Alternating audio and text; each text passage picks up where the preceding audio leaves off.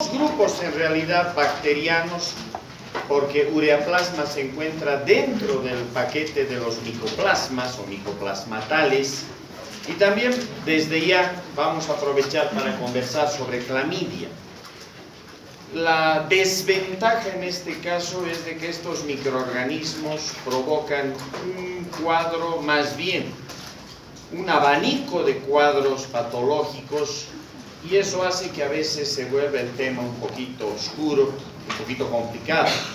Pero dado que estamos revisando toda la parte geniturinaria, más bien me voy a abocar precisamente ese segmento, aunque no vamos a dejar descuidada la parte general, tanto de los micoplasmas como de las clamidias en general. Si comenzamos por micoplasma y revisamos su taxonomía, queda claramente establecido de que nosotros estamos hablando de un grupo bacteriano bien interesante. Corresponde a la clase de los Mulicutes, estén desde ya en la familia de los Mycoplasmataceae, donde tiene dos géneros fundamentales, por lo menos los que nos interesan desde el punto de vista de la bacteriología clínica o la bacteriología en los humanos. El género Mycoplasma como tal y el género Ureaplasma. Lo interesante es que en las especies nos encontramos a Mycoplasma pneumoniae, por el otro lado tenemos a Mycoplasma hominis, a un micoplasma que desde la década de los 80 se empezó a hacer famoso y alcanzó mucha notoriedad en la década de los 90 y al entrar al 2000. Precisamente hablamos de Mycoplasma genitalium y desde ya tenemos a un ureaplasma, el ureaplasma urealítico. Damos un paso atrás. En realidad esta es la imagen microscópica de este tipo de microorganismos. En realidad vean ustedes qué difícil es poder decir si son bacilos, cocobacilos. Por eso es que en alguna bibliografía se los designa como formas cocoideas. Está bien. Sin embargo, la imagen en todo caso característicamente corresponde a este tipo en todo caso de presentaciones, que las más de las veces solamente las podemos lograr por la micrografía electrónica, es decir, utilizando microscopios electrónicos, por cuanto la microscopía convencional, la fotomicroscopía convencional y el mundo de las tinciones no nos alcanza para poder evidenciar estos microorganismos. Y esto se debe fundamentalmente al hecho de que son microorganismos que fundamental y básicamente no tienen pared celular. Pregunta de parcial. Cuando hablemos de bacterias que no tienen pared celular y desde ya que conforman una taxa, un grupo taxonómico dentro de la bacteriología clínica, nos estamos refiriendo fundamentalmente al género Mycoplasma y desde ya Ureaplasmas, ¿de acuerdo? Esto para nosotros es interesante porque son bacterias que al no tener pared, obviamente no les podemos teñir, ustedes ya saben y están poco a poco entrando en el terreno de lo que es la identificación bacteriana.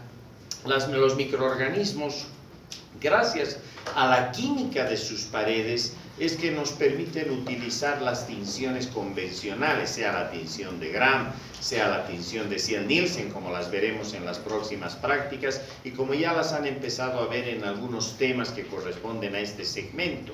Por lo tanto, si no tienen pared, no tenemos un blanco, ¿verdad?, sobre el cual actuar con nuestros colorantes, y es por ello que prácticamente no podemos evidenciarles de esa manera. Otra cosa es que se comporten como determinados grupos bacterianos, pero hasta ahí llegamos desde el punto de vista de morfología. De hecho, para que puedan soportar sus membranas, porque solo tienen membrana celular, para que sus membranas celulares puedan soportar la presión osmótica interna, que sin duda alguna les tendría que perjudicar, en este caso, estas membranas se ven enriquecidas por numerosos grupos de corte o químicamente hablando del tipo esterol. Son esteroles que le dan la capacidad de resistencia a esas membranas y es por ello que pueden sobrevivir, y no solo ello, sino que pueden llevar adelante lo que significa su ciclo biológico. Esto supone entonces de que necesitan lípidos complejos ya prefabricados como el colesterol, para poderlos incorporar, poderlos metabolizar, pese a que tienen sistemas metabólicos muy pobres, muy incipientes, pero necesitan en todo caso desarrollar o encontrarse en sectores donde el colesterol se halle a libre disponibilidad y a partir de este puedan naturalmente, a través de sus procesos metabólicos, estructurar estos grupos esteroles y fijarlos en la membrana celular. Si nosotros los revisamos desde el punto de vista de metabolismo, estamos hablando de bacterias que son anaerobio facultativas. En algún caso inclusive se ha hablado de que estos microorganismos pueden alcanzar la posibilidad de la anaerobiosis estricta. Eso significa entonces de que el hecho de poderles aislar en medios de cultivo, uno que necesitaría de condiciones en cuanto a la tensión de oxígeno que sean bastante bajas, y en lo posible inclusive en algunos casos casi llegar a sistemas de anaerobiosis. En su morfología, ustedes han visto esa imagen, son bacterias muy pleomórficas, no podemos hablar de un patrón morfológico establecido, es decir, podemos tener desde formas esféricas prácticamente hasta formas prácticamente filamentosas, que eventualmente en este caso corresponderían ya sean a los micoplasmas o ya sean a los ureaplasmas. Lo interesante de estas bacterias es que sí tienen movimiento, no es obviamente una motilidad tan característica como la de otras bacterias a favor de los flagelos, ¿verdad? Estas bacterias no tienen flagelos, pero en cambio sí poseen movimientos de tipo ameboide, y esto lógicamente se puede evidenciar cuando estamos manejando la tecnología de los cultivos en base a medios líquidos. Ahí es donde se puede evidenciar mejor la posibilidad de estas bacterias para poderse mover. En realidad ahora preferimos denominarles como patobiontes. ¿Qué significa esto? En realidad los tenemos que ir cada vez introduciendo más en la terminología actual. De un tiempo a esta parte y muy poco tiempo a esta parte hemos cambiado nuestro sistema de definiciones en la microbiología a nivel mundial.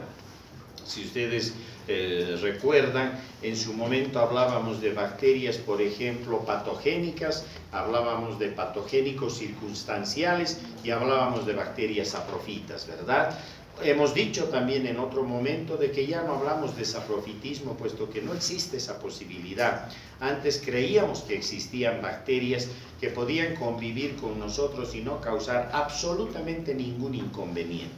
A eso le llamábamos saprofitismo. Hoy por hoy ese concepto está totalmente descartado, desechado, no tiene ya sentido. Solamente tenemos que, en todo caso, pensar en que vivimos en una época donde prácticamente los procesos de inmunosupresión o de inmunodeficiencia cada vez son mucho más abundantes y cada vez abren más el espectro. Desde los cuadros de inmunodeficiencia que se pueden deber a causas biológicas, por ejemplo los virus, como también a los cuadros de inmunosupresión, es decir, a transitoria o temporalmente caer el sistema de defensa, no definitivamente como es en un proceso de inmunodeficiencia. En todo caso, en una inmunosupresión solamente tiene carácter temporal la caída del sistema inmunitario. Y eso se da, ¿verdad? Nosotros estamos viviendo en un mundo cada vez más plastificado, todo es de plástico. Y los plásticos tienen la capacidad de poder liberar dioxinas, y esas dioxinas son las que eventualmente provocan caídas de nuestro sistema inmunitario, nos llevan por descensos de pauperaciones en el sistema inmunitario, como también como precursores para poder eventualmente disparar procesos cancerígenos. Por lo tanto, tenemos plásticos, gomas.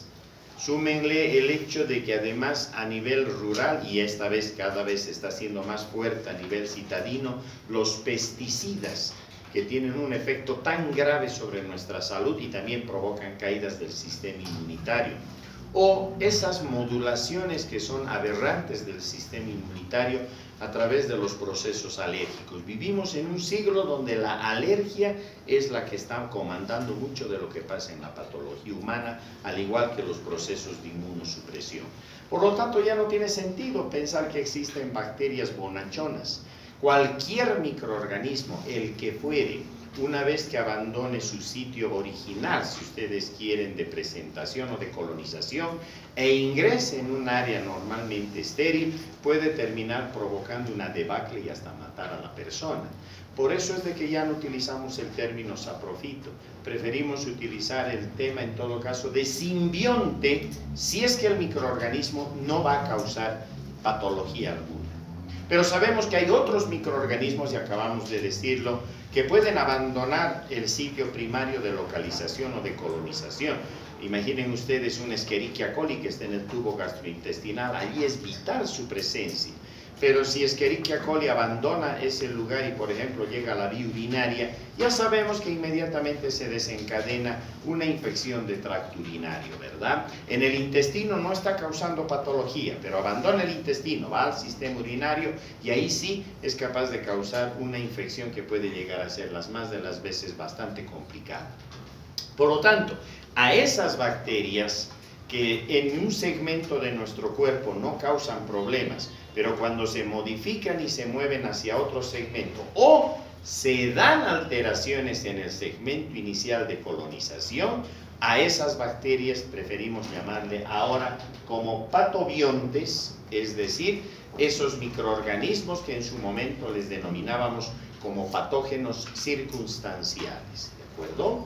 Y aquellas bacterias que per se pueden desencadenar cuadros infecciosos, a esas las seguimos llamando como patógenas y pare de contar, ¿listo? Lo más que se puede hacer es pensar en patógenas primarias, es decir, aquellas que por su sola presencia son capaces ya de iniciar un proceso infeccioso allá donde se localicen. Por lo tanto, cuando estamos hablando de micoplasma, cuando estamos hablando de ureaplasma, en general estamos hablando de bacterias que corresponden al paquete de los patobiontes. Es decir, que ustedes, que nosotros, que todos podemos tener cargas de estos microorganismos en algunos segmentos de nuestros cuerpos y no nos causan patología. Si se mueven de estos segmentos a otros, sí pueden iniciar cuadros patológicos, o si se modifica ese sitio allá donde normalmente se encontraran colonizando por modificaciones anatómicas que eventual o fisiológicas que se vayan a dar, ahí sí estos microorganismos empiezan a desarrollar verdaderos cuadros patológicos. Obviamente son bacterias muy pequeñitas, no son bacterias grandes. Son bacterias que miden 0,2, 0,3 micrómetros de diámetro. Por lo tanto, son microorganismos bastante pequeñitos. En algún momento incluso se les confundió con virus. Se creyó que se trataba de virus grandes. Vamos a ver a otras bacterias, hemos dicho a clamidia. También se pensaba que se trataba de virus grandes. Hoy por hoy sabemos que son bacterias, eso quedó claramente establecido, porque tienen tanto DNA como RNA. ¿Listo? Pero no solo ello, sino que estos microorganismos tienen un común denominador y es su resistencia de base a los betalactámicos. Y esto es obvio, ¿verdad? Ustedes saben que a nivel de la pared de las bacterias están las proteínas fijadoras de penicilina, que son los blancos estructurales para que pueda funcionar cualquier betalactámico, sea penicilina, ampicilina, cualquier cefalosporina, o sea un carbapenémico, el imipenem, el meropenem, o un monobactam como es el astrionam. Cualquier betalactámico tiene como blanco a las famosas PBPs o proteínas fijadoras de penicilina que se hallan en la pared de las bacterias, en el peptidoglicano. Si estamos asumiendo que estos microorganismos no tienen pared, obviamente entonces asumimos también de que automáticamente tienen resistencia de base, puesto que no tienen sobre qué estructuras actuar en lo que se refiere a los betalactámicos. ¿De acuerdo? Esa es una condición importantísima. Ustedes pueden ver acá un detalle donde se señala con una flecha. Esta es la imagen en todo caso de un micoplasma que se está adhiriendo a un epitelio, y obviamente esta imagen se la obtiene por microfotografía electrónica, es decir, utilizando microscopía electrónica. Sigamos. Los factores de virulencia que poseen estos microorganismos están determinados primero por una altísima capacidad para poderse adherir a los epitelios. Y desde ya, se adhieren tan rápido y tan fácilmente que eso solamente se puede explicar de una manera, y eso es porque tienen glicoproteínas a nivel de sus membranas que les permite actuar como ligandos para receptores, como señales químicas para poder adherirse, y obviamente conforman un gran paquete de adhesinas, ¿verdad? Así que tenemos, por ejemplo, a la proteína P1, que es tan característica del Mycoplasma pneumoniae.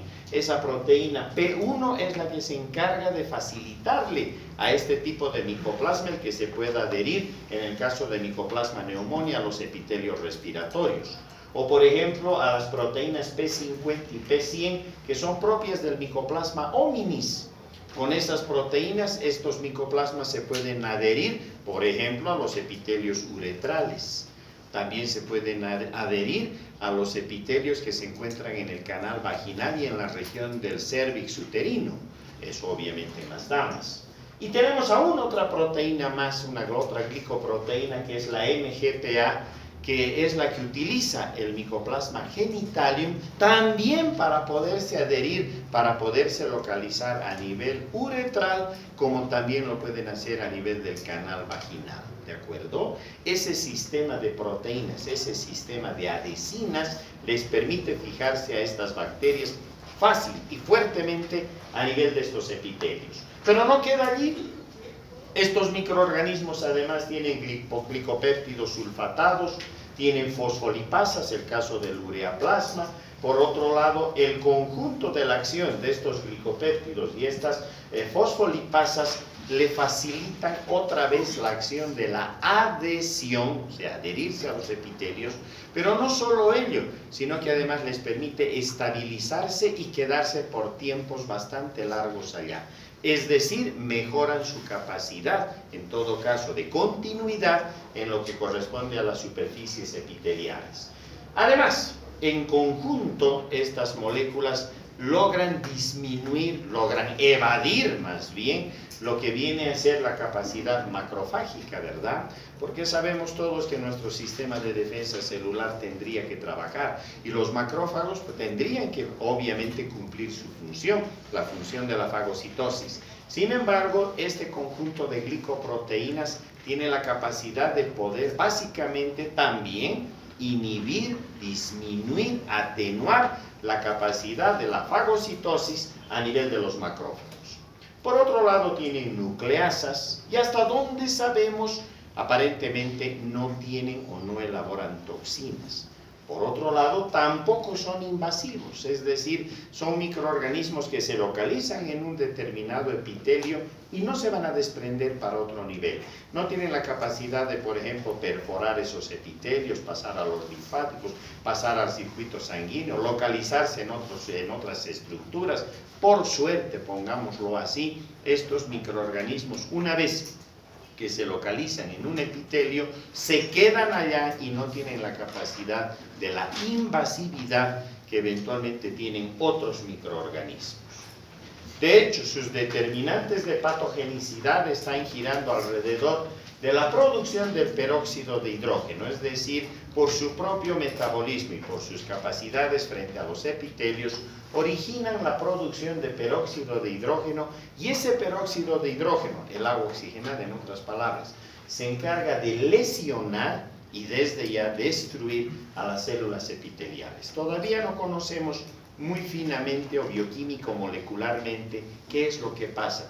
Probablemente hay un sistema de estallido respiratorio que eventualmente se vaya a producir en los epitelios, la producción de aniones superóxido, ¿verdad? Pero esto hasta aquí todavía, si bien está bajo investigación, pero todavía no tiene hipótesis que nos puedan dar una respuesta a lo que en realidad sucede. De lo que sí quedó claro es que estos microorganismos pueden lograr la producción de estas moléculas de peróxido de hidrógeno, y esas moléculas alcanzan como para poder lesionar y destruir a los epitelios.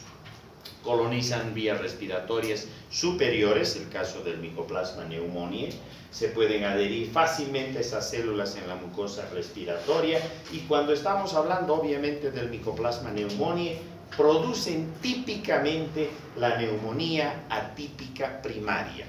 Sin duda alguna, cuando revisemos la parte respiratoria con algún detalle más profundo, volveremos a hablar de esta bacteria, pero ya guarden en la memoria el hecho de que Mycoplasma pneumoniae es el agente etiológico de la famosa neumonía atípica primaria.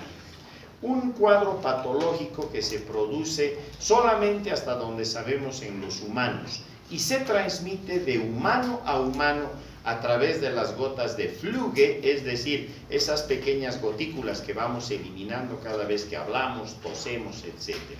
De hecho, ahora que estamos ingresando al invierno, con seguridad que nuestros clínicos, los neumólogos, los internistas, los infectólogos, etcétera, van a poder ver más cuadros en lo que se refiere a estos síndromes de neumonía típica primaria, porque en las épocas de invierno arrecian, ¿verdad? Es obvio que si alguien se infecta con un Mycoplasma pneumoniae y empieza a desarrollar una neumonía de estas características, una neumonía intersticial, y que además puede empezar a toser, muy rápidamente elimina muchísimos de lo que corresponderían a estos corpúsculos, a estas gotículas de fluge, y estas están infectadas con estos micoplasmas.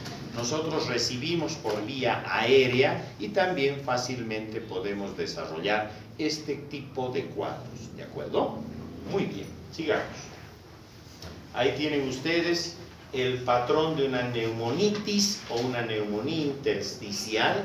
No es como la del neumococo, ¿verdad? O la de los bacilos gram negativos, los hemófilos, etcétera, que toman todo un lóbulo y lo consolidan, lo vemos de color blanco. Acá no.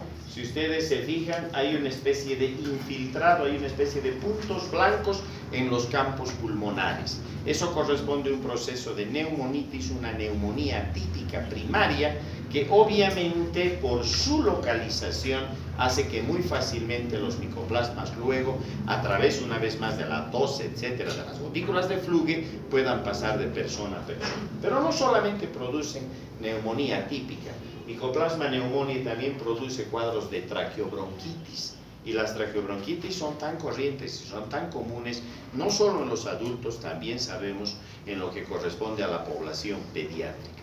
También estos microorganismos tienen que ver con lo que es la miringitis bullosa. Observen, estamos aquí mirando de cerca lo que es precisamente un proceso, no diremos de otitis media, porque en realidad el oído medio no está implicado en este cuadro, sino la membrana timpánica. La membrana timpánica ha sido atacada por este tipo de microorganismos y es eso lo que se va a observar.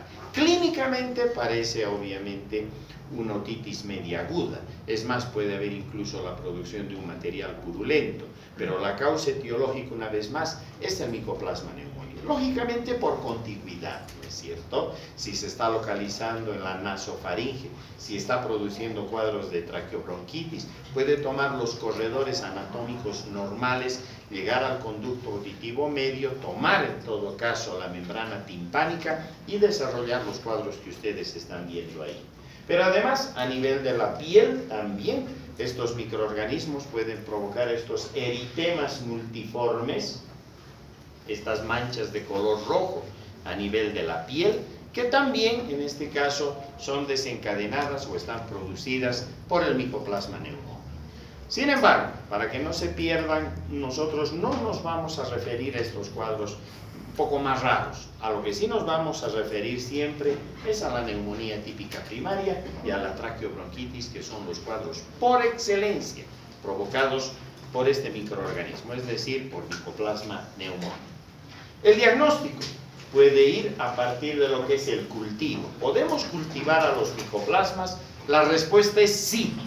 ¿Se hace en Bolivia este cultivo? La respuesta es no.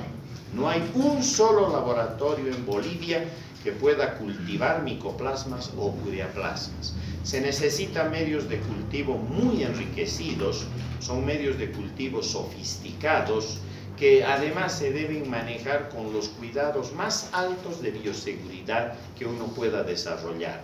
A esto sí se necesita trabajar en cabinas de seguridad biológica, normalmente en laboratorios donde el nivel de bioseguridad mínimamente alcance al nivel 2, ojalá estuviéramos en el nivel 3, porque por los aerosoles que se puedan producir, los operadores, las bacteriólogas, los bacteriólogos, muy fácilmente se pueden infectar. Por eso es de que se necesitan condiciones de bioseguridad mínimamente de un nivel 2, ojalá un nivel de bioseguridad 3. Y en Bolivia no tenemos ni un solo laboratorio de nivel de bioseguridad 3. De hecho, hay muy pocos laboratorios de este nivel de bioseguridad en Sudamérica. Argentina tiene un laboratorio, Brasil tiene 7 laboratorios, el Perú tiene un laboratorio y el resto de Sudamérica ninguno, ¿de acuerdo? Así que entonces son laboratorios que todavía están lejos de nuestras pretensiones. Centroamérica, en México, tienen un laboratorio de bioseguridad 3 y obviamente en los Estados Unidos y Canadá tienen muchísimos más laboratorios de este nivel de bioseguridad. Imagínense tener un nivel de bioseguridad 4, directamente solo encontramos en los Estados Unidos, ¿de acuerdo? Cuando hablamos del eje americano, ¿listo? Así que entonces no podemos en la realidad boliviana ir al cultivo, lo ideal sería eso. Lamentablemente no se tiene la tecnología como para poder llegar al cultivo de estas secreciones respiratorias donde uno podría aislar a este tipo de Mycoplasma pneumoniae. De hecho, además, se puede hacer la detección de los anticuerpos en el suero del paciente y eso sí, evidentemente sí se puede hacer. De hecho, hay varios laboratorios ya en el país que trabajan con la tecnología por el lado de lo que llamamos la serología y obviamente gracias a estos exámenes serológicos sí se puede determinar a través de las reacciones de ELISA, las aglutinaciones de látex o las inmunofluorescencias indirectas, se puede fácilmente detectar o determinar la presencia de Mycoplasma pneumoniae o no, puesto que puede desencadenar una respuesta inmunitaria a nivel serológico, cosa que puede ser detectable, ¿de acuerdo? Pero no queda ahí, sino que además es lo que es mucho más corriente en nuestro medio, es el recurrir a las criohemoaglutininas. Las criohemoaglutininas se ha comprobado que son un factor muy fino, muy sensible de la probable infección por Mycoplasma pneumoniae. Por lo tanto, en Bolivia casi todos los laboratorios hacen esta criohemaglutinina y por lo tanto es fácil entonces que los niveles, los tenores, los recuentos si ustedes quieren o si ustedes quieren la actividad ya una vez que se ha realizado la prueba en lecturas que nos presentan 1 en 64, valores de 1 en 64 ya son prueba fidedigna de que ese paciente puede estar atravesando por un cuadro infeccioso donde el Mycoplasma pneumoniae sea el patógeno fundamental. Así que a falta de la tecnología de los cultivos, utilizamos la tecnología serológica, pero mucho más estamos utilizando dentro de esa serología las criohemoaglutininas que una vez más en valores que nos muestren títulos iguales o superiores a 1 en 64 significa infección por Mycoplasma pneumoniae, ¿de acuerdo? Pregunta de parcial, pregunta de la residencia médica, pregunta en todas las salas cada vez que se habla de Mycoplasma pneumoniae. Así que ese dato lo tienen que guardar perfectamente. De hecho, no solamente nos basamos en el laboratorio, ¿verdad? Es obvio que partimos por la sospecha clínica y la sospecha epidemiológica. Es lógico que si estamos entrando en periodos estacionales donde los cuadros respiratorios empiezan a aumentar, donde epidemiológicamente sabemos que también aparecen cuadros por Mycoplasma, ¿cómo no vamos a sospechar de un paciente que tiene toda la clínica de este tipo de cuadros? Más las criohemaglutininas en títulos por arriba de 1 en 64, lógicamente el diagnóstico está hecho. ¿Se entendió? Perfectamente. Sigamos. Mycoplasma hominis y Ureaplasma urealiti. Estamos hablando ahora de los otros dos micoplasmas, el uno típico y el otro una variante, el ureaplasma, que son parte de la microbiota normal del aparato genitourinario.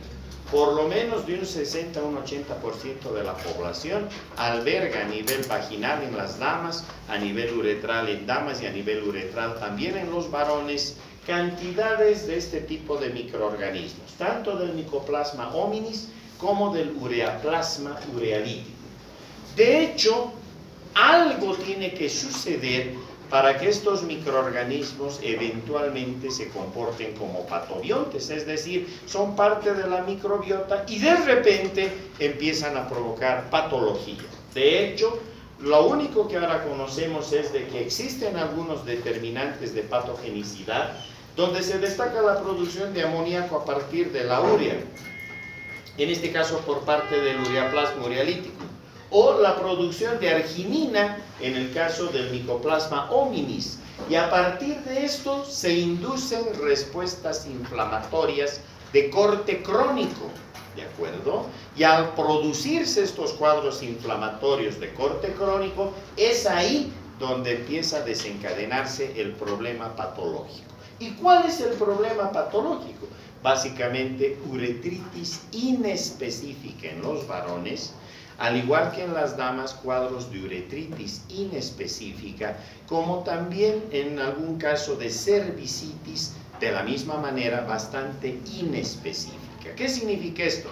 Que en realidad no vemos pus, no hay pus a nivel uretral, sino que de tanto en tanto hay algún ardor, algún escozor, alguna molestia al momento, por ejemplo, de la micción, pero que después puede desaparecer por meses. A veces hay dolor en el momento de las relaciones sexuales, tanto en el hombre como en la mujer, y obviamente eso también aparece como también aparentemente desaparece aún sin tratamiento. Esos cuadros ambiguos, esos cuadros tan tortuosos, esos cuadros que no están tan claros, más bien solapados, pueden deberse a la presencia, y en este caso, a la presentación de sus determinantes antigénicos en cuanto a Mycoplasma hominis y en cuanto a Ureaplasma urealyticum.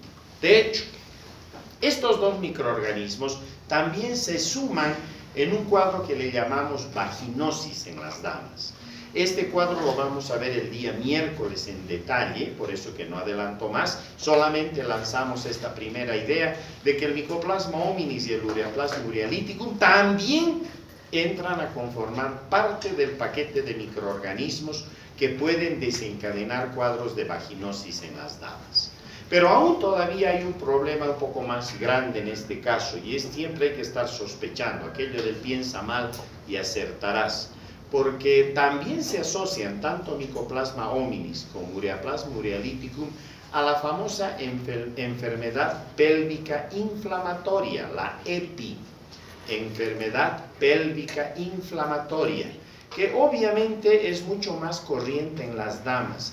Ese dolor que se presenta en el bajo vientre, que aparenta una pelviperitonitis, molestias pero que son aparentemente de corte agresivo, que a veces hacen pensar que hay un embarazo ectópico o que hay un proceso de apendicitis, el cual ya está yendo a un proceso de perforación y obviamente nos está hablando de una potencial peritonitis, y que sin embargo cuando se completan los estudios no hay nada de ello, es simplemente una irritación a nivel pelviperitoneal por la presencia de ureaplasma o por la presencia del micoplasma, ¿de acuerdo? No olviden que tenemos fondos de receso anatómicos, los fondos de saco de Douglas, que casi nos comunican de lo que corresponde a los órganos sexuales femeninos internos con lo que viene a ser la parte más interna en lo que es la cavidad pélvica, ¿verdad? Entonces, esa proximidad, esa contigüidad puede suponer entonces la aparición de esta enfermedad pélvica inflamatoria,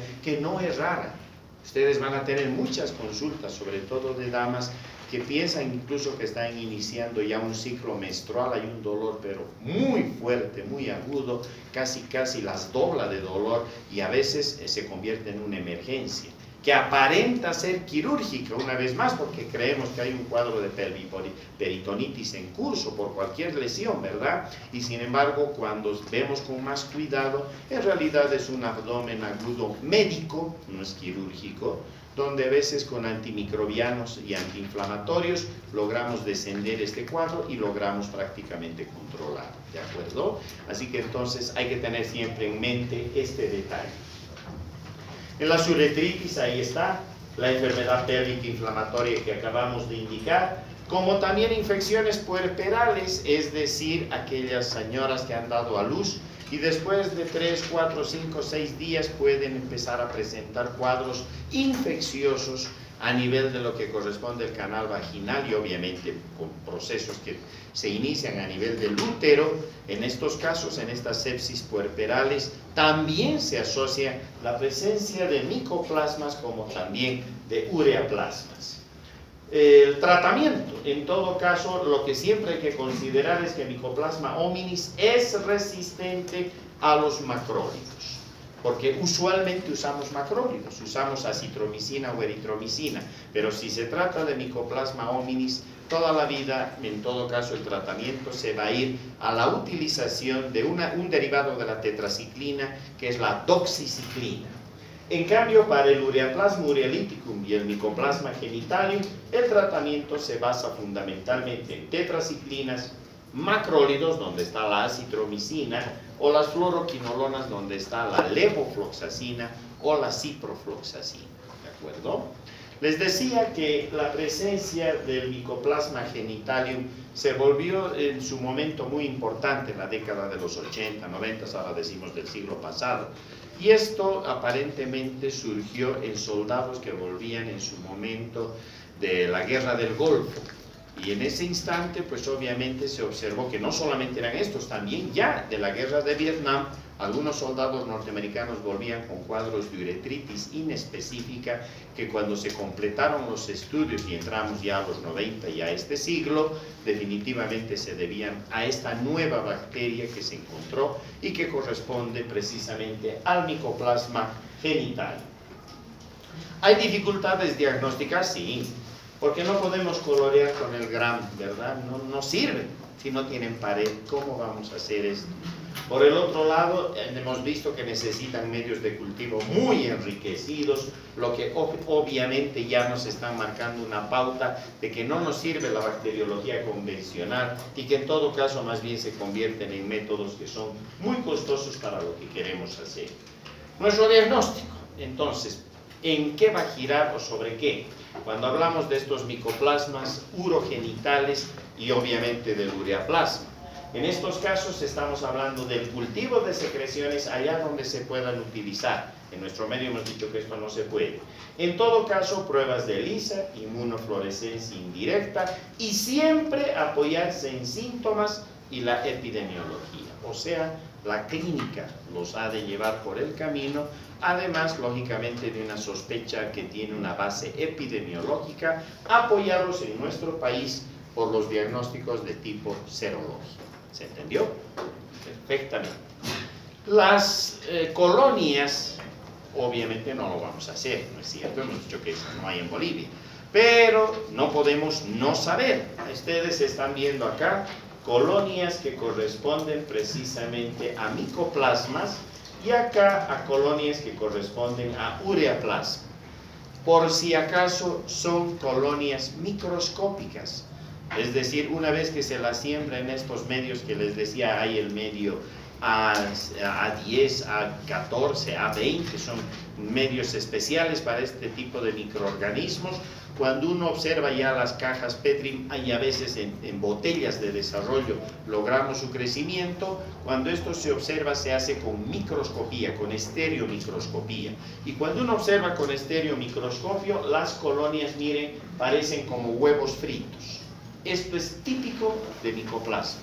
Y estas son, decíamos, de ureaplasma, ¿de acuerdo? No se las ve a simple vista. Ese es un detalle simplemente para que ustedes lo puedan conocer. La tecnología ahora nos ayuda bastante. Hay sistemas miniaturizados, el MicoFast. Este sistema MicoFast permite hacer una rápida evaluación a partir de los cultivos y determinar si se trata de un Mycoplasma hominis, se trata de un Mycoplasma genitalium o si se trata de un ureaplasma urealyticum. lamentablemente esta tecnología no la tenemos en nuestro medio. Nosotros la hemos trabajado en nuestros posgrados, pero lamentablemente en el país no tenemos esta tecnología. Clamidia. Cuando hablamos de clamidia estamos hablando de la familia Clamidaceae, con su género clamidia como tal, y con sus especies, la clamidia psittaci, la clamidia pneumoniae y la clamidia trachomatis. Hay controversia, porque van a encontrar en la bibliografía ya no como clamidia psittaci, sino como clamidófila psittaci. Y de la misma manera, en clamidia pneumoniae ya no la van a encontrar como clamidia pneumoniae, sino como clamidófila pneumoniae. La única que se quedó como clamidia fue la clamidia trachomatis. Sin embargo, esta controversia todavía se mantiene en el mundo. O sea que en algunos textos, en algunos libros, en algunas revistas, en algunas páginas de internet, todavía las van a encontrar como clamidia psittaci, clamidia pneumoniae, ¿de acuerdo? Eso no significa que estén retrasados o atrasados en lo que vendría a ser la contextualización, sino que en todo caso todavía hay mucha pelea y mucha controversia, y por eso es que unos le llaman clamidófila y otros todavía le siguen llamando clamidia. ¿Listo? Vamos. Estamos hablando de microorganismos que tienen la capacidad de ser parásitos intracelulares obligados. Estos microorganismos no pueden vivir fuera de las células, son incapaces de poder vivir y desarrollar algún sistema metabólico incipiente fuera de las planchas celulares. No solo ello, sino que además no tienen la capacidad de sintetizar ATP, o sea que su metabolismo es pobrísimo.